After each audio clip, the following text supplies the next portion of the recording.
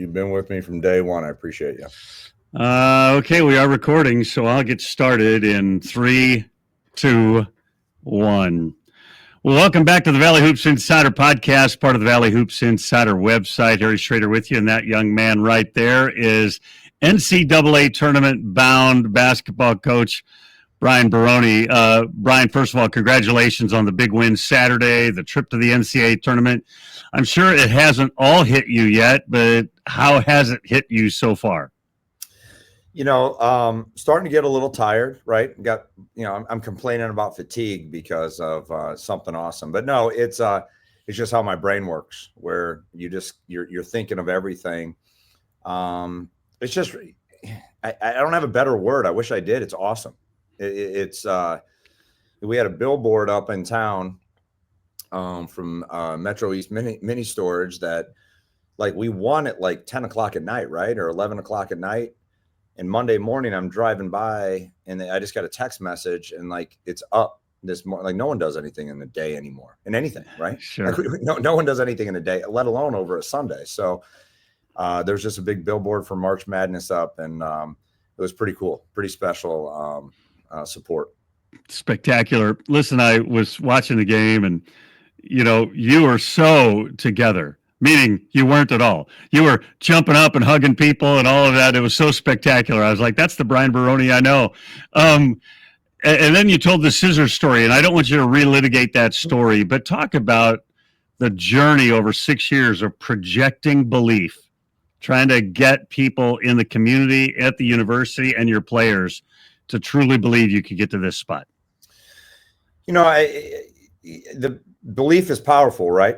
It's a powerful thing. Like when someone gives you their belief, the way I was brought up or built or whatever, you don't want to let them down, right? You don't want to let them not, have that belief and be it unwarranted. And, there was enough belief instilled in me when I got the opportunity to coach this team.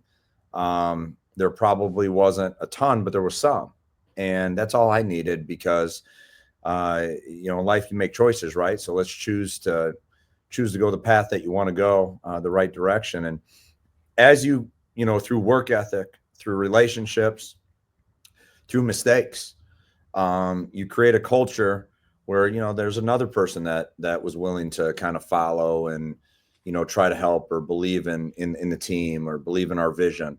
And it just grew. And you can see it physically see it with the crowds. You can audibly hear it with the crowds. So it's just been a long process that I don't take lightly at all.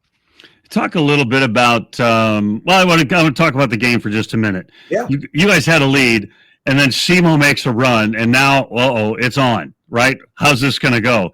And your guys' defense just took over the rest of the game. I mean, you had to score some points, but your defense changed the entire game, and it was just over. I mean, like in a flash, as quickly as they had gotten there, you had shut their water off. Yeah, I think our guys were just like, they can't do this again to us. I mean, Brad's a big-time coach. I respect the heck out of Brad, what he's done. And you knew they were going to, swing. They weren't going to, come out down 11. They really started both halves the same. I mean, they were up right away in the first half, and then they basically were up. They tied it, but they were up technically in the second half. And I think you could just see in our guys, there was a level of, we're not allowing this to happen. There wasn't any panic. There was an expectation and a level of respect. We talk about respecting the 4,700, which is the square footage of the court, where they respected the fact that, okay, we're playing a good team. Let's not lose our cool. This is part of a championship basketball game. And we responded accordingly. And then we got some physical offensive plays as well. And then that's what really changed it. I want to go back to that belief factor for just a minute. I think back to the Wright twins coming in and hanging. I mean, they stayed a long time and helped you build it. And Ray, being there the whole time he's been there, the different ones, Polk and different ones that came, stayed, and helped you build it. Did you think about all those guys? I mean, the guys that are already gone when that game was over? Oh, 100%.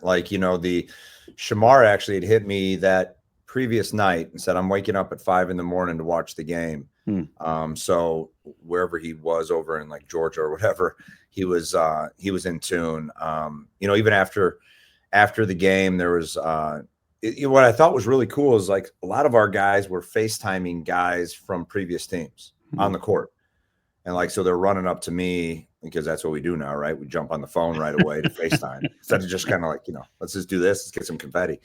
But the way I look at it is they wanted their teammates that didn't get that current experience to have that experience because they believed that we could do it in the past, and they wanted their teammates, and that was part of the culture. And some guys that weren't here anymore and chose not to be here anymore, but they were still really part of it, and I'll never forget that. So it was powerful to see the impact that we've had over these 6 years, even within our own teams.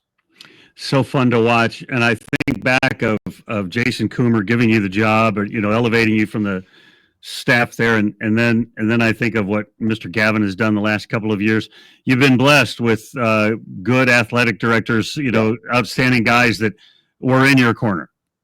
Yeah, I mean, I sat down when you thought you were maybe not going to have a job after the meeting. I mean, and kind of expected it and understood it. And Dr. Hewitt and Jason sat me down in conference room and presented, the short term, like, hey, you want to do this as an interim? And, me just kind of, not expecting that and thinking it was, quite literally just for like a few weeks or a month or something, until they made the transition. And then obviously Andrew coming in here and being part of, taking it to the next level, and, with his vision, and Tim Hall in between. I've had kind of 4 athletic directors and survived. That's right.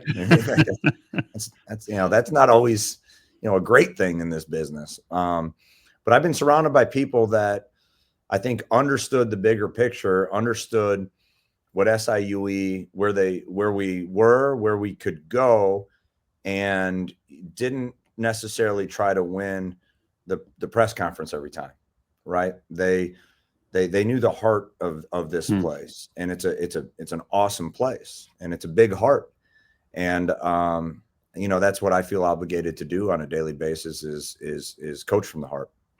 Dad went to the NCAA tournament twice, I think. And here you are. How fun is that to think Pops did it and I did it? And, how great is that?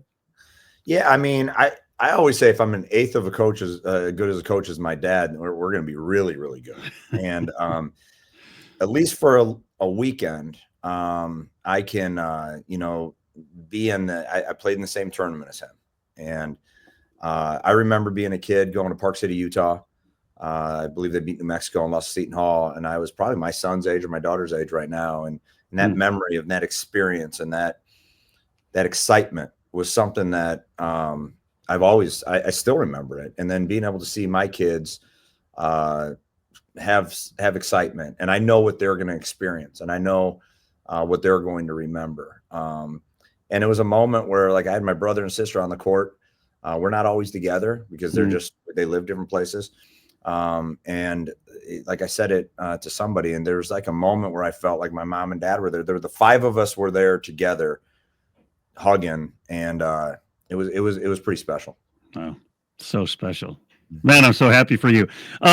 We'll talk about basketball for just a minute. So a lot of the bracketologists say you guys are going to be Dayton bound, and whether you're Dayton bound or somewhere else, you've got some time in your hand to get ready for that. You won't know your opponent for a while. How do you spend the next 6 days, 7 days or more? But I mean, you could be playing a week from tomorrow.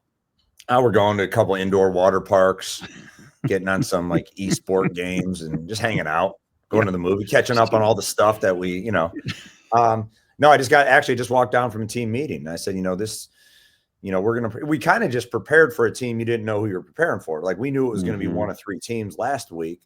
So we're taking that same approach. We took yesterday off because we were traveling. We're going to be off today. And we're going to get right back in it. A few things. Our guys like playing, and they like being on the court with one another. And, we still have a goal to win our last game. I know I get the percentages. I'm not naive. I get all that. Mm-hmm. But this team is going out there to win every single game because that's what they've always done. So we have to stick to our preparation. We're going to Phil, take 2 or 3 days, go, practice 2 or 3 days, take a day off, maybe Friday, and practice for Saturday, Sunday. You find out who you're playing, where you're playing, when you're playing, and then you adjust accordingly. So we're going to go business as usual, but we addressed the elephant in the room. Like, we got some new shoes. Like, okay, that took place. Like, as long as it doesn't affect the 4,700 in our preparation, all right, I want to enjoy it. Mm-hmm. I want to enjoy what the opportunity that we have right now to be part of something that's so much bigger than us, while always having a focus on not affecting the winning of a basketball game. And these guys, it was an easy conversation with those guys. Hey, we're going tomorrow. And they were like, all right, okay. We want to. I think they were kind of halfway thinking we might do something today. Have you talked to anybody else, any other coaches? Hey, how did you prepare once you got in? Have you talked to anybody like that? Yeah, that's a great question. Actually, I'm mad at myself because, and I know Preston well, I for whatever reason, he's always been really good to me. I forgot to call him last week. I was calling other guys, like Danielle Robinson in Cleveland State back in the Horizon League that used to have the double bye. He wasn't part of a double bye, or they don't have it anymore. I reached out to several people, Brian over at Bradley, and several other people, just kind of, hey, what do you guys do? This week, the same thing. You're getting a lot of text messages and phone calls. And I feel bad because I haven't responded to everybody yet, but I mean, you literally can't. It's physically impossible I have 545 text messages, and you just gotta prioritize. So I'll continue to talk about that level of preparation. I think the biggest thing that you have to do right now is you have to keep playing basketball. Mm-hmm. You don't have a game right now, right? So how do we simulate that? Well, luckily we have good depth, so we can go compete against each other. And that's what we did last week. Last Wednesday, we basically played a game against each other in our preparation for potentially Tennessee State, potentially Lindenwood, and then obviously at the end, potentially what ultimately was SEMO. So we're going to try to do that. That's the plan. I'll let you go after this. You're fine. You have obviously a massive, great opportunity in front of you. But this is actually door opening as well for the whole university and the whole program, isn't it? In some ways, you have to seize this moment to build forward the SIUE Cougar basketball brand, program, university. That's got to be on your mind as well. I mean, the sick coach in me, okay, is let's just do what we do. All right. But that's just stupid. So, everything we do moving forward is going to be an ability to affect us in a positive way. Mm-hmm. And we get the opportunity to market and brand and show people who we are, not just us as a team, but our university, our community. SIUE is a really cool place, unbelievable campus, unbelievable faculty here. We have great leadership in place. Great location. I'm going to say all that stuff. We're on the Today Show, which isn't typical. I was on, I'm talking to you now, and you have a bunch of other things that I have the opportunity to do. So you want to seize the moment because you want to be proud about who we are. I want people to, and I like people joining. I'm great with that because, you strengthen numbers and you're just going to create a opportunity for all the people that deserve that opportunity, that sacrifice for our program to be able to do what we do on a daily basis. So, yeah, you just got to manage it. You got to try shutting your brain off a little bit. But it's come on, it's a great problem to have if it's even a problem. And finally, can you just talk to the last two home game crowds and the folks that drove to Evansville to support you there? Your crowd support, fan support is shocking to me based on watching you guys. I've been going to SIUE games for a while. This is like mammoth history making every time. It's I in my kind of, when I talk to recruits or you present your, the opportunity that when you're having people join your team, we talk about this community they're sports savvy, right? I mean, you got the Cardinals, you got the Blues. Obviously, you have you had the Rams. You got the Battlehawks, or like the soccer. You have sport. You have St. Louis. You have sports savvy people, and we just needed to give them a product that they could be sports savvy with and for. And I mean, the crowds are. I'll speak to the last home games initially. At first, I was upset that we lost that Thursday game because I just wanted it for obviously our guys, and it was a big game to potentially help win a championship. But you just felt obligated to, hey man, I need to win this for everyone who's here. And then you lose, and then on Saturday more people came, and it was like, oh, like, you don't do it for all those reasons, but you were like, okay, let's just go play basketball, because they came for what we have done, and they wanted to come support us and see part of that. And we responded accordingly. And then last week, or a few days ago, you had a bunch of people showing up on Friday at it was like a midnight game, right? I mean, it was so late that ESPN was like, hey, we're getting off air after this game. We got to go. And then the next day, like an extra 300 or 400 people came. If you would have felt like a home vibe in that in that arena. The commissioner was like, that was unbelievable look for the OVC on television too. Every play, it was like every play they were cheering or supporting, and the crowd was impactful. Like, it wasn't like we made a mistake and you're like, oh, like you hear, like, it was get the next one. And you could just feel it. And our crowd was still standing. Our team was still standing. And it was pretty special. And it was awesome because I was sitting there across the court with Coach Crane, which was crazy in its own right that he was calling my championship game. And as I was looking, and we were talking about my parents, so he's trying to get me emotional, which he's good at. And I was looking, and my best joy was looking at the joy in all of those people, our team and those people in the crowd, and they didn't leave. They waited for the last net to be cut down. They literally had to kick us off the court. Like, some person came up to me, he's like, you need to leave. And I'm like no, okay, I'll leave, but you're telling her I'm not telling everyone to leave. So, yeah, I know it's long-winded, but I mean, man, I'm passionate about my appreciation to the support that we have had. And I know it was a lot of hard work, but this community deserves that hard work. And they showed up in appreciation. And that was the ultimate team. Appreciate you so much, your time. I know you're busy and you're swamped. I appreciate your time today, and so happy and excited for you guys. I mean, I'm just thrilled that you're going dancing. I'm super happy for you guys. I haven't danced since I was in Texas and two-stepping. So let's I'm gonna go watch some film on how to do it. But no, I'm excited. And you've been there from day one. When I got the job, I set my I looked like I was exhausted then too, and overwhelmed, and in my old office, and we just sat there. You set up the tripod, and we had a long conversation about a lot of things. Yeah.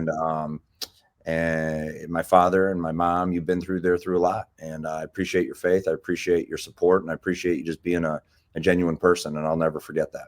It's Brian Barone. He's heading to the NCAA tournament. Congratulations, Coach. Appreciate your time. Folks, thanks for watching. You've been watching the Valley Hoops Insider podcast, part of the Valley Hoops Insider website. And remember, since you've been there, make it a better place. We'll see you again real soon. Thanks, Brian. Appreciate you, my friend. Let's do it again sometime. Well, I'm trying to go to Dayton, so I'm going to see if I can get there. I'm just assuming, based on all the bracketologists, that's where you'll be. Yeah, it's funny because there's a certain part of you that's like, man, I know we're not one of the lowest 4 teams, but